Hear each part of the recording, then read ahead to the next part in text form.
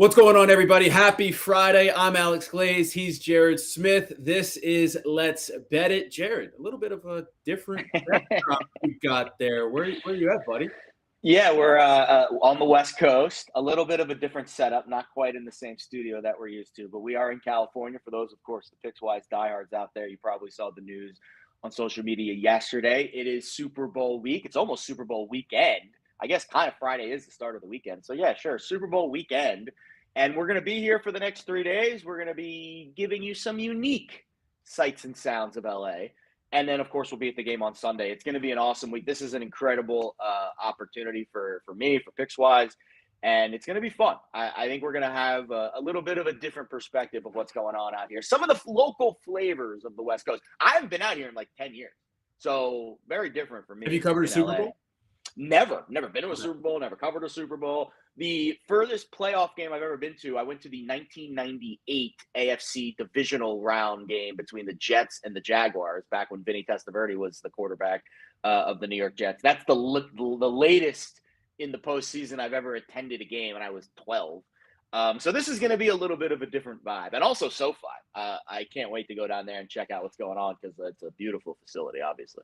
Absolutely. Well, you got a much better weather for your Super Bowl than I did when the Super Bowl was in Atlanta. I'm still defrosting from all my live shots outside on that parking garage. Oh man, doing that, and that was probably. I hope you get a better game than that Patriots Rams game. Oh yeah, that was kind of a dud of a game. Huh? It was a dud of a game, and then the worst part. I mean, the game was whatever. The worst part is the halftime show for that was Maroon 5, if you'll remember. I was in the press box, couldn't even hear Maroon 5, and the TVs were muted, so I couldn't even hear the great halftime show that was Adam Levine and Maroon 5. But I digress. And like Jared said, make sure you subscribe to the Pickswise YouTube channel and follow us on social media so you don't miss out on any of that great content. And make sure you download the Pickswise app. It's available on the Apple Store and in Google Play. And Pickswise is also giving away $1,000 to one lucky person with Super Bowl Props Builder Contest. All you have to do is make your pick for 6 props for the big game, including the national anthem runtime. We love to bet that one. First team to score, stuff like that. And if you guess all 6 correctly, you'll be entered into the pool to win that cash prize. Use the link in the description to sign up now and win that money. Always good to win some free money. $1,000. Love free money. Listen, a lot of Super Bowl bets going to get thrown around the next few days. I just saw Mattress Mac dropped another $5 million on the Bengals. I think he's got 9.5. Bengals money line, right? Or he's doing money line. I think he's got $9.5 million on the Bengals money line total, spread across several sports books. And I saw someone dropped a big number at, I think it was either Caesars or DraftKings this morning, on Bengals money line parlayed with the under. So people are really, and we get the alerts, and I mean, this is the amount of money that gets dropped on these games. It's insane. I've got bets here on MGM, $330,000 on the Rams, $200K on the Bengals, $150K on the Rams first half. There's a futures bet on MGM for $1 million on the Bengals money line.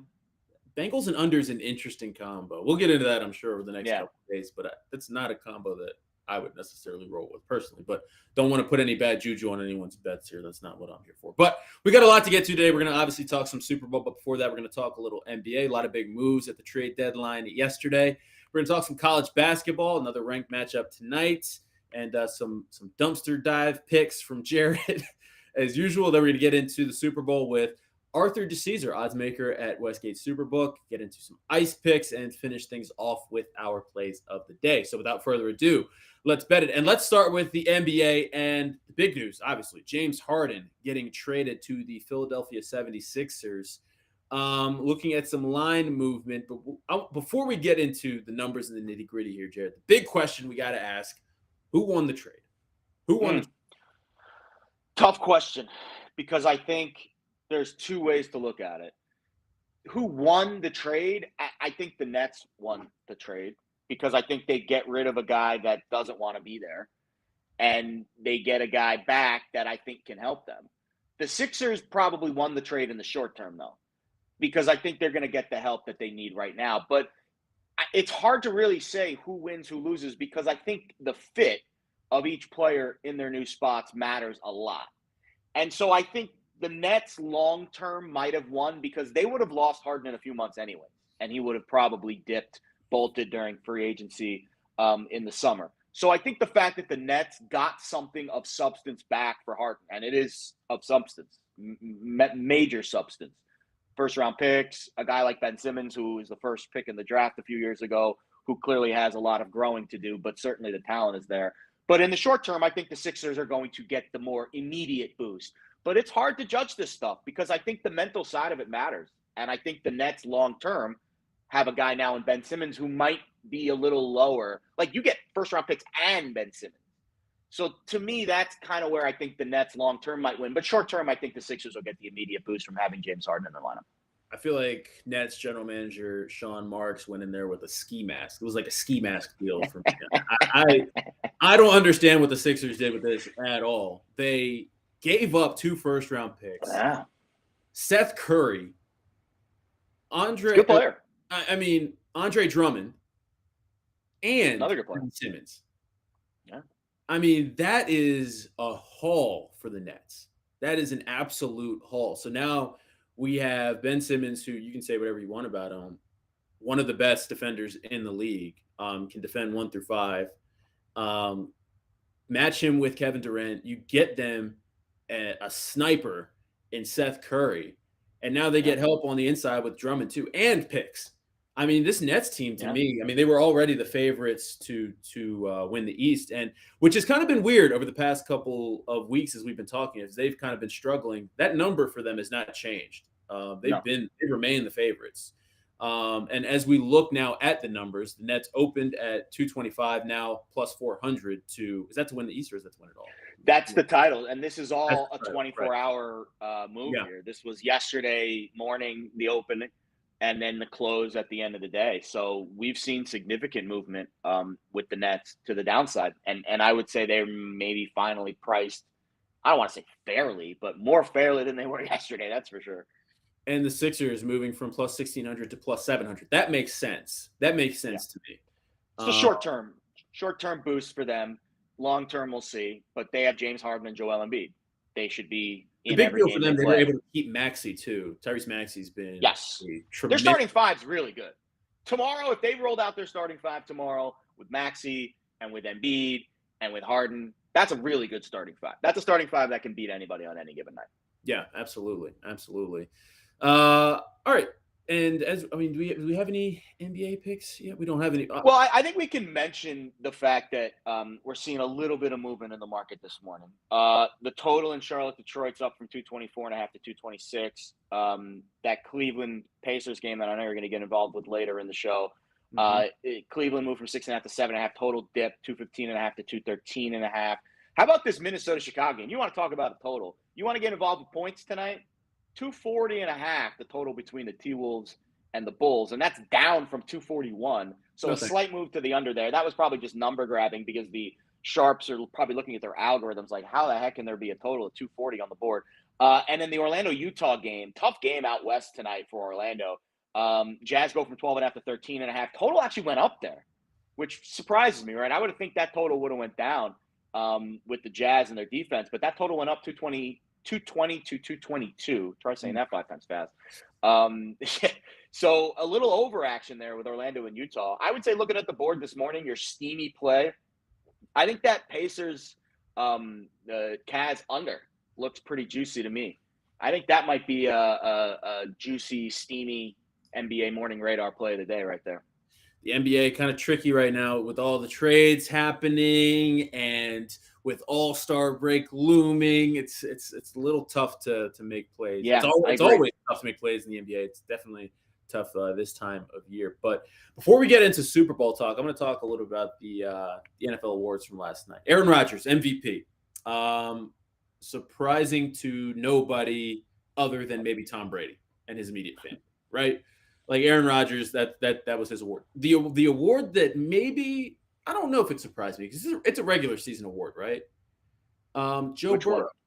Yeah, that one surprised me the most. I think a lot of people were on Dak, right? Dak was the play. 100%. Including me. Yeah, Joe Burrow, I deserving for sure. No doubt. But I think that I'm a little surprised that Dak didn't win that award. I think a lot of it is, and you're right, it is a regular season award. But I do think a lot of it is because the Bengals won the division in what most Fair. Yes. people would say is a much tougher division than the NFC East. The Cowboys won the division too, and Dak had a great year. And I think it was the gruesomeness of Dak's injury that made us maybe believe that he was the rightful, owner of that award, the rightful winner of that award. But I think it was the success that Burrow had and the fact that they won that division. I think if the Bengals were a wild card team, I don't know. I think Burrow probably doesn't win that award. But it was of all the awards, that was the closest one of the night. I think really Dak wins that award if Amari Cooper doesn't miss 2 games, if CeeDee Lamb doesn't miss games, if his offense was healthy and he wasn't out there playing with scraps for 2-3 games this season. I think that maybe they had a rough. There was a few. They had a rough stretch. They had a rough stretch. They were dealing with COVID injuries and a lot of other stuff. But still, a lot to process there for Dak. The other award, maybe a little surprising considering Mac Jones was the favorite for the majority of the season until Jamar Chase just took off. Jamar Chase, offensive rookie of the year. Just very deserving of that award, in my opinion, but a little surprising maybe to most. I think the Bengals, again, winning that division and being as explosive as they were, I think a guy like Dak, a guy like Mac Jones, not very flashy, just kind of goes about their business. Mac Jones, high completion percentage, low yards per attempt. Same thing with Dak, high completion percentage, low yards per attempt. Joe Burrow, Jamar Chase, the opposite. Very flashy, very much attention grabbing, headline grabbing, 70-yard bombs down the field, overtime wins over, So I think when you look at the competition in that field, Jamar Chase going up against Mac Jones, the eye test is going to gravitate you towards Jamar Chase. When you go to Prescott against Burrow, the eye test will gravitate you towards Burrow. So media-driven award, narrative-based awards, maybe a little bit surprising. Maybe Jones more consistent, Prescott more consistent, but I think the flashiness of the Bengals, they had a great – and listen, they're in the Super Bowl, so certainly deserving to win some hardware along with it because I don't think they're going to win the Lombardi Trophy on Sunday. Wink, wink. People love swag. People love flashy. And speaking of swag and flashy, let's bring in Arthur DiCesare because there is nobody with more swag and there's nobody quite as flashy Arthur, Oddsmaker at the Westgate Superbook. Arthur, thank you for spending some time with us. Gentlemen, good morning. I don't know about swag and flashy, but I'll take it, man. I mean, I'm kind of like the old engine that could. I just stay on the track and I go do my thing, man. So I appreciate the introduction. That's old school swag. That's old school grit. You got your own swag. You know what I mean? Everyone's got their own individual swag. That's cool. I'm cool with it. Let's talk about the Super Bowl. Rams land 4 points total, still sitting at that 48.5. A lot of people are making something out of this being a Rams home game. Just how much are you guys factoring the Rams playing at their home stadium into this line? Because the line really hasn't moved at all. It's been around that 4.5 number. Yeah, Alex, it's interesting. We've never had to deal with this until last year, right? We've played 55 Super Bowls, and then Super Bowl 56 and Super Bowl 57 have home teams playing in their stadium. And the Rams get a championship game at home and then get the Super Bowl at home. So, I mean, who knows if that will ever happen again. I think it's a factor. I don't think it's a huge factor, though, to be honest with you. I think the home field advantage has almost been lost in the NFL. Totally agree. There are a couple of spots in the past. Seattle had one for a little bit, but the Rams don't have that type of home field advantage. They're not even the team of LA. The Raiders are the team of LA. I mean, they really still are. Or the Niners. Yeah. I mean, the Rams were gone for so long. I know they were back and they had some moments when they were in LA, but the LA team is still the Raiders or UFC football. So I really don't think the Rams have that type of home field advantage. And the Super Bowl is not even made for the big fans. I mean, it's not made for the diehard fan. It's corporate. The tickets are outrageous. So I don't really think it is a factor, to be honest with you. I totally agree. I think Arrowhead maybe is another one where That's a the good home one. field really matters. In today's NFL, because of the travel, the advanced stages of nutrition and the plane rides, these guys are basically on chartered everything.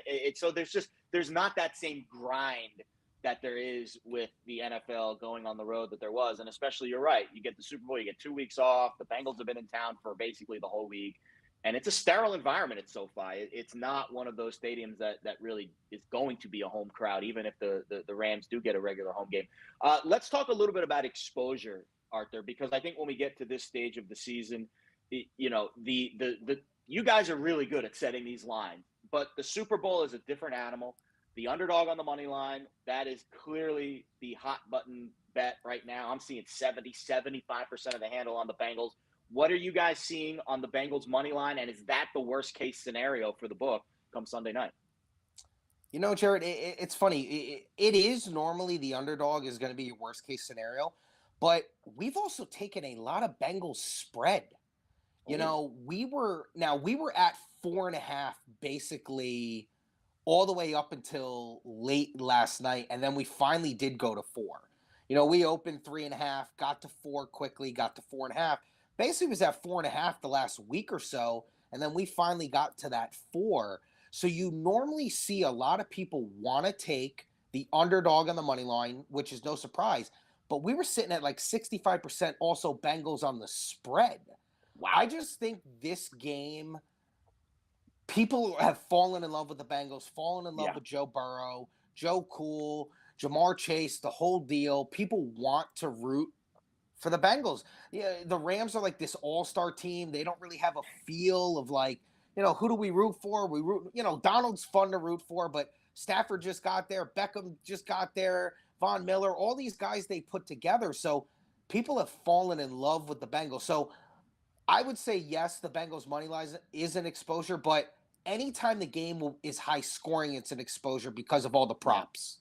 The props have become so huge and are basically going to be 55 to 60% of the handle we write on the game. So if the game is 24-13, probably a lot lower on the props. Everyone's going to take over.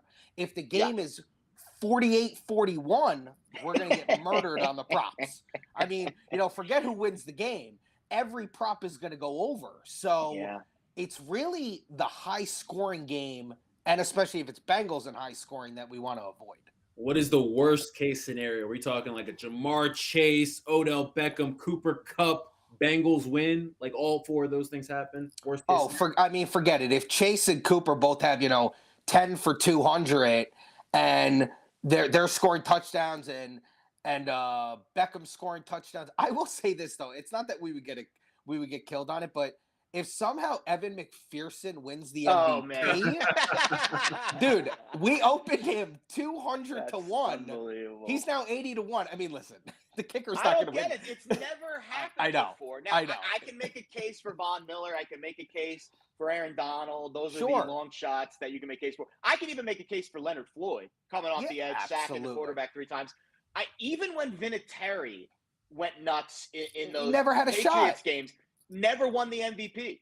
Even when he hit the game-winning field goal at the buzzer for the Patriots, didn't win the MVP. I can't see it. And he did that like 3 times. I mean, and he had the reputation. McPherson building the reputation.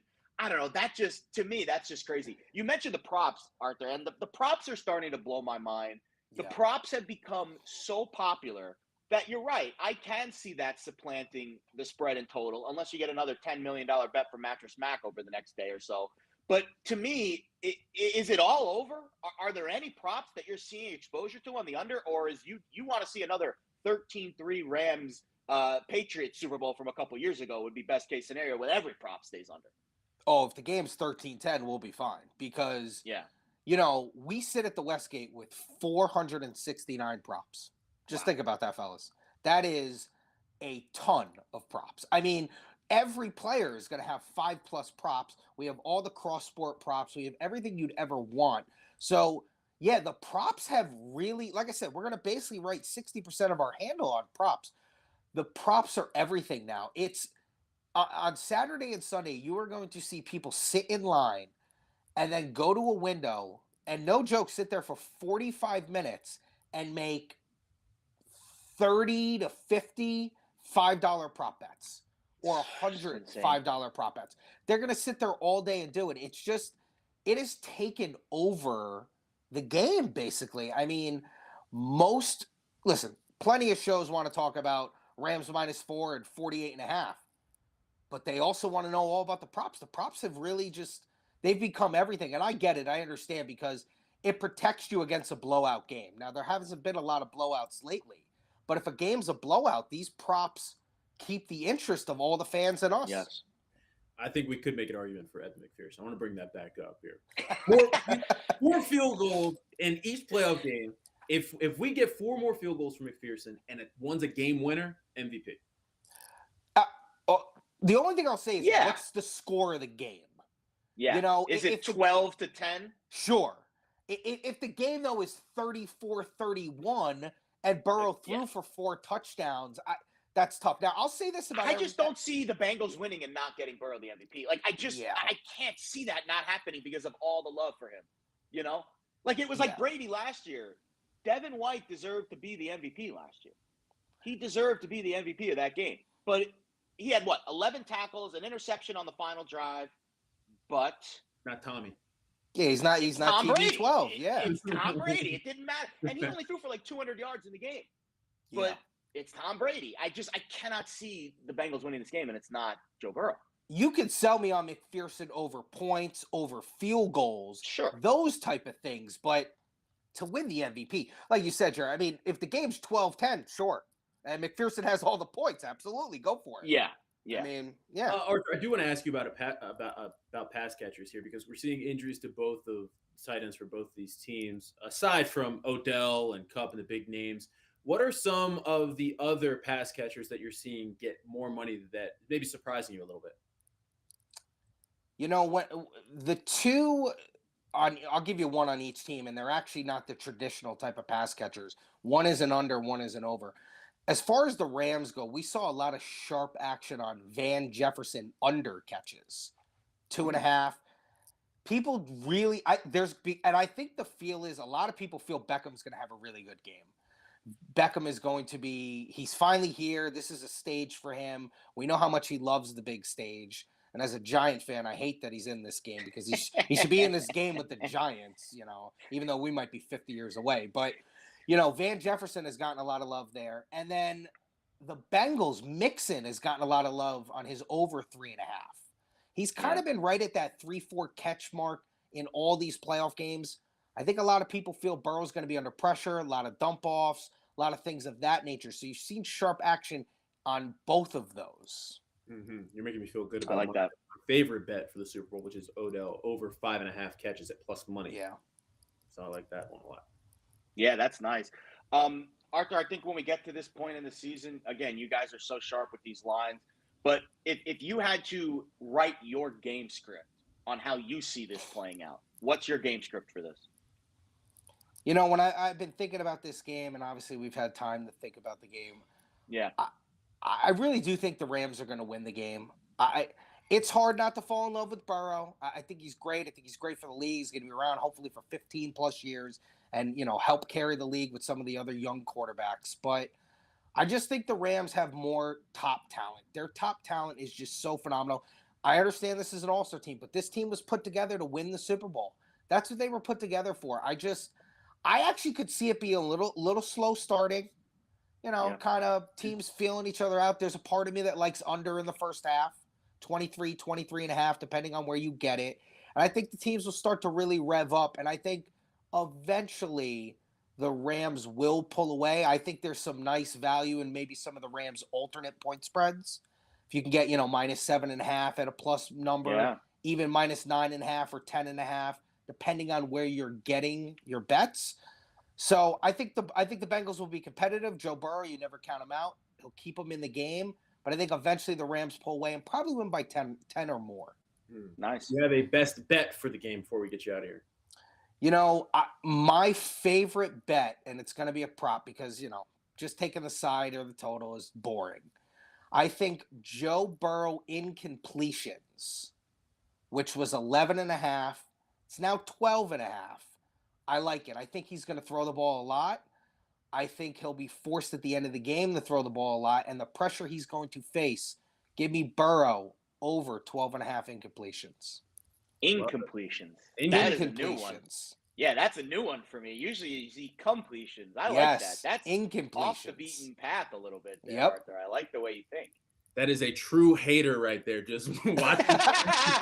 Rooting for the hater to go like this all game. That's the guy in the craps table who does like the don't pass or whatever that. And I don't really know. I know there's that guy though who sneaks in and the whole table groans and moans and goes, "Oh, this guy." That's me. That's funny. I'm the guy that walks away when that guy walks to the table. I'm just like, But that's you know the bad what? juju. It's the worst juju ever. It's all about making money, though, fellas. You know that. Absolutely. It does hit from time to time. Arthur, you're the best, bro. I appreciate you. All right, gentlemen, enjoy the game. All right, Jared, let's move on and let's talk some college hoops. It has been a crazy, crazy week in college basketball. 3 teams ranked inside the top 10 lost in the past 2 days. Xavier not ranked in the top 25, but did get upset by Seton Hall on Wednesday. They're laying 1.5 points at home tonight against UConn. Do you see this as a bounce back spot for Xavier?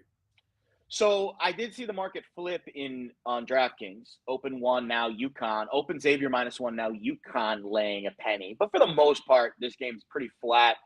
Xavier -1 across the board. Listen, this Xavier team, a couple of rough losses. I know that Seton Hall one was tough, but then they lost to DePaul at home.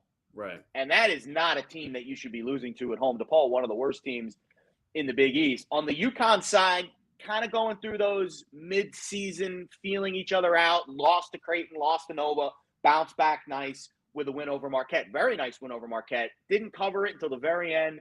Got across the finish line with the win and the cover against Shaka and the Eagles. I think when you look at this game, it's all about offense. These two teams actually are 2 of the better offenses in the Big East. They're both top 40 in offensive efficiency. I think Xavier's tempo might be what trips up UConn a little bit here.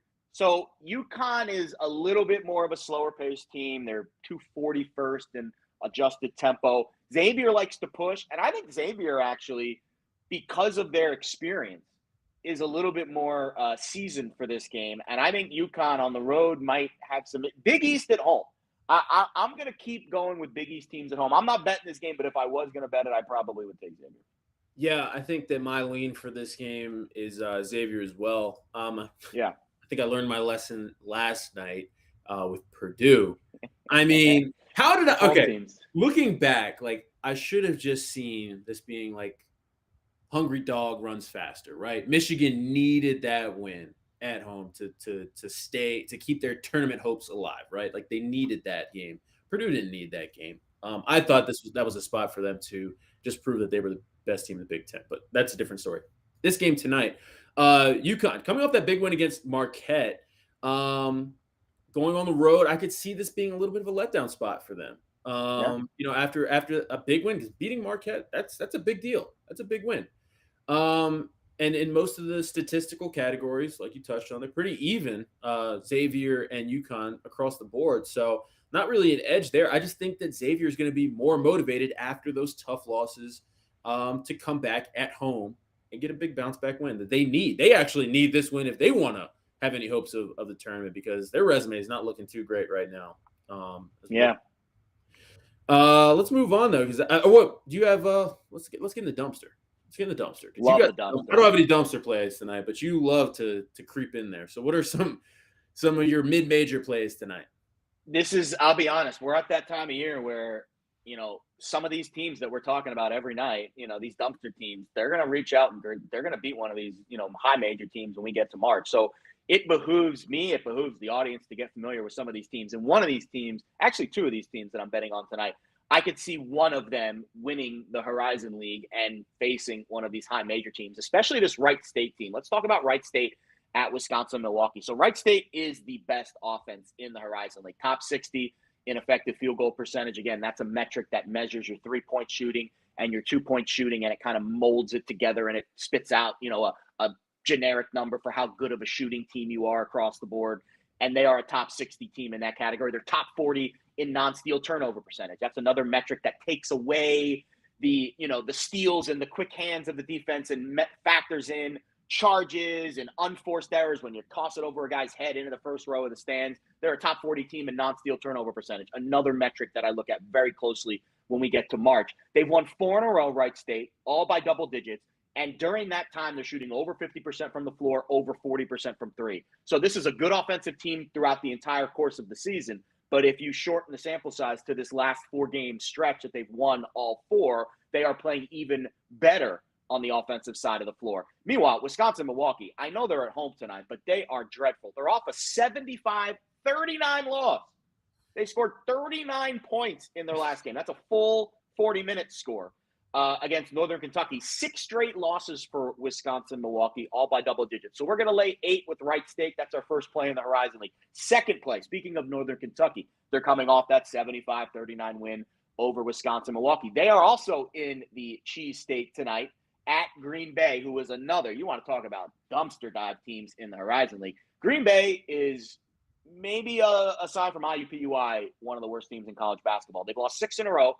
The last 3 of those by at least 16 points. They're 3-11 in the Horizon League, 324th in both offensive and defensive efficiency. The only positive thing I can say about Green Bay is they're an average free throw shooting team. That's pretty much it. Meanwhile, I like this Northern Kentucky team a lot, Alex. They're young, they're athletic, their 2 best players are underclassmen, and we're at that point of the season where you're really not an underclassman anymore. You've kind of grown up towards the end of your conference schedule. They're not a great shooting team, 272nd in EFG percentage, but they're really good on the glass, top 10 in offensive rebound percentage, and they're really good at forcing turnovers and creating extra possessions on the other end. So they might not make a lot of shots, but they get a lot of extra shots because they're top 60 in turnover percentage on defense. So they're a really tough, gritty team, and they're coming off that huge win over Wisconsin-Milwaukee. I think they're going to get another big win tonight at Green Bay. So we're laying the lumber with 2 favorites in the Horizon League tonight, Wright State and Northern Kentucky. Before we move on from college basketball, I got a question for you. Yeah. It ended up on my timeline last night, and it got me thinking. Toledo head coach Todd Kowalczyk was making the case and said people need to talk about the MAC being more than just a one-bid league. He thinks that that's a league that is, got the talent to be more than just that one auto bid. And I'm curious about your thoughts on that because, the MAC, between Toledo and Ohio, those are 2 teams that I think they belong in the NCAA tournament. And right now, kind of as it stands, only one of them, if they win the league, is going to make it. And if neither of them wins the league, more than likely, neither of them, the winner of the MAC will be the team that represents that conference. Yeah, I think the MAC it's a unique conference because they're probably one of the fastest tempoed. It's like if you took all the teams in the MAC and added their tempos together, they probably have the fastest tempo of any one conference stacked up against maybe the SEC might be the other conference I would say plays at a really fast tempo because I'm looking at the numbers now, they've got 5 teams in the top 80 of adjusted tempo. And that means that when you face a team like a Toledo, that's 62nd, like a Buffalo, that's 37th, like a Bowling Green, that's in the top 10, you better be ready for 40 minutes of just running. And that could be tough, especially at the end of the year, especially when you're going Thursday, Saturday, Wednesday, Saturday games. So if that's the case in the tournament and you get a team, let's say a playing game and one of these MAC teams is in it, and then that team has to go face another team on Thursday or Friday, that can wear on you. So I think they are a one-bid league, but I certainly agree that Toledo is the best of those teams. But I still think it's a one-bid league. Best team that Toledo's had in a while, that's for sure. We'll see. Yeah. Great year. 11-2 in the conference. Really solid season. Let's move on to the ice. Get some ice picks in before we move on to our play of the day. You are looking at your Islanders. Yeah, let's talk about the Isles right here. So they're in Edmonton tonight. Very strange situation. So Edmonton just fired their manager, Dave Trippett the other day. Jay Woodcroft is the interim manager. He was the AHL affiliate manager of Bakersfield. They promoted him to interim manager. So the Oilers, literally, right out of the gate of the All-Star break, they got smoked in 2 games. I was on the Oilers in one of those games. And they said enough is enough with Tippett, and they showed him the door. And we're going to see, usually first game, new manager, you get a boost. But it's kind of a weird spot because he was the interim manager in Bakersfield. So he's familiar with the organization, and it's not like a new guy stepping in and all of a sudden, everyone's got their ears perked up. And I'm curious who's going to be in net tonight for the Oilers. So Mike Smith started the first 2 games out of the break, was brutal, gave up 4 goals in both. Is he going to start his 3rd game in 4 nights? He's, not the most fleet of foot, sprightly young goalie anymore. He's getting up there in years. Mike Koskinen, who's their starter, is in COVID protocol. He's like their number 1 guy. So it might be their number 3 goalie tonight, Stuart Skinner. We love a number 3 goalie. To me, that's an advantage for the Isles. The Oilers are thin at D. They've got Chris Russell and Duncan Keith both out. And the Isles are in win-now mode. So they're 15 points back of a wild card spot. And this is a team that was in the Eastern Conference Finals back-to-back years. They are much, much better than their record indicates. And their manager, right out of the gate, said, listen, we need to play better if we're going to make the playoffs. Boom, they beat the Nucks 6-3 first game out of the break. I think we're going to see a much more motivated Isles team over the next few weeks because they know their backs are against the wall. And we're getting a pretty fair number on them. The one thing that scares me is they've got a first of a back-to-back tonight. They're in Calgary tomorrow. That's a tough back-to-back. So I wouldn't go all in with this play. It's not a play of the day. It's maybe a half unit. But I think the Isles money line plus 130 is a decent spot just because I'm just so down on the Oilers right now. And until they play better, I think this Isles team is going to be a little more motivated. Yeah, I was looking at the Lightning tonight. Talking about a back-to-back, and even though it's against Arizona, I just had to do a little more digging before I backed that. Because if I was going to go with the Lightning tonight, it would be on the puck line, right? Like that would be how I played it. But I'm not sure if I'm going to get to the window on that one just yet, just because of that back-to-back situation. But there is another game you are looking at as well. Yeah, I'll talk about the Kraken and the Ducks just for a second. Because I do think I'm not betting this game, but I think it's worth mentioning.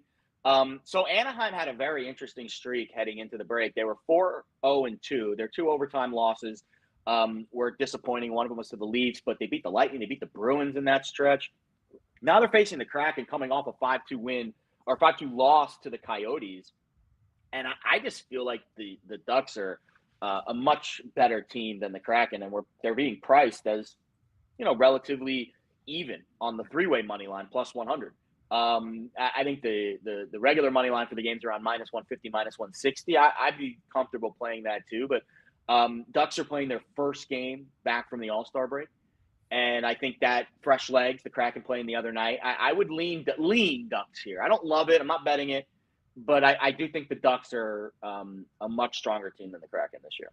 The Isles, that's a play tonight. The Isles are a play. Isles is a play, 1 unit. 1 unit on the Isles at plus 130. All right, let's get out of here with our plays of the day. Before we do that, what's on the site? What we got? We got any 3 stars? No, but I will say this. There are 3 Super Bowl bets for Sunday, all of them 3 stars. One of them's a prop, a total, and a side. And they've been up on the site for the last day or so. If you haven't checked it out, Andrew Wilshire, our very strong Pickswise editor, is on a prop, which is a very interesting prop. I would check that one out. But there's some good stuff on the site today. No 3-star plays in the basketball or hockey world today, though. All right, what is your play for tonight? Your play of the day? Yeah, I'm going to go with one of these dumpster dive games in the horizon. I had trouble picking. I'll probably go 1-1, and the play of the day will be the one loser. But we're going to go with Northern Kentucky here, laying 6 at Green Bay. I've been crushing on this NKU team, the Norse. First of all, tremendous mascot, the Norse. But I really like this NKU squad. I think they're improving as the year goes on. I've seen a significant, steadily trending in the right direction because they're younger and because they're a team that I think is a little more athletic than probably a lot of their stats and a lot of their metrics indicate. And it's a fade of Green Bay. I mean, Green Bay, we're fading 2 of the worst teams in college basketball tonight, and they both play in the Horizon League. So I'll give you Northern Kentucky for play of the day, NKU minus 6.5. But I like that Wright State one a lot too. If you're going to play one, I would play them both. I think at worst we go 1-1, but I think there's a decent chance both teams cover. But for play of the day, we'll give out the Norse lane 6.5 at Green Bay. Well, I'm looking to the NBA. I'm going with a prop here. I'm going Jared Allen over 11.5 rebounds. He's gone over that number in each of the past 3 games. averaging 14.8 rebounds this month. Going against the Pacers team that's pretty middle of the road when it comes to rebounding, and ranked bottom half of the league actually over the past 3 games in opponent rebounds. So I like that. And I also, looking a little bit deeper at this Pacers team, they just traded away their leading rebounder, Sabonis. They did. So it's a great spot for Jared Allen, I think, tonight. And what did we say before we got on here? High spread, low total game, a lot of bricks. A lot of bricks. Yes. So I love this spot for Jared Allen tonight. Good stuff. Yeah. I think that's a winner. That's a winner. I feel good about that one. I do too. Let's play of the day. Listen, plays of the day have been a hit or miss lately. I'm a very streaky guy. It's like I'm gonna hit, I'm gonna miss, and then now I feel like I'm in between like a hit, miss, hit. So it's like it's been kind of all over. You know, that's the beauty of gambling. Every day is a new day. I mean, none of us are catching Lauren. She's just killing all of us in these play of the day standings. But I think the reason why plays of the days are tough is because I always say this: the hardest thing that I do on any given night is to take the 4, 5, 6 plays I give out on the show and to boil it down to the top one. It's really, really hard to do that. I've talked to some really sharp get-betters. In fact, one of the smartest people I've ever discussed betting with, his name is Chris. He's out in Vegas, very sharp, professional gambler. He tries to convince me all the time that I'm a foolish person for even considering upping or downing my units depending on how I feel about the game. He says every bet you make should be a flat The unit. same amount. No matter how you feel, how great you feel, or how bad you feel, if it graduates to the level of a bet, it should be a flat unit and everything should be the same. But that's not how we think. We like something more, we like something less. But it's really hard to take 4 or 5 plays we give out on the show and boil it down to one. So I always recommend if you're going to play one play, you play all of them. But sometimes bankrolls can be tough, right? Absolutely. All right. Well, Jared is in California, going to be bringing you all kinds of great content as we lead up to the Super Bowl over the next couple of days. So make sure you follow him, follow Pickswise on social media, subscribe to the Pickswise YouTube channel, and tune into this show every day at 10 a.m. because we try to give out winners here. And we will be back tomorrow morning. Good luck with your bets tonight.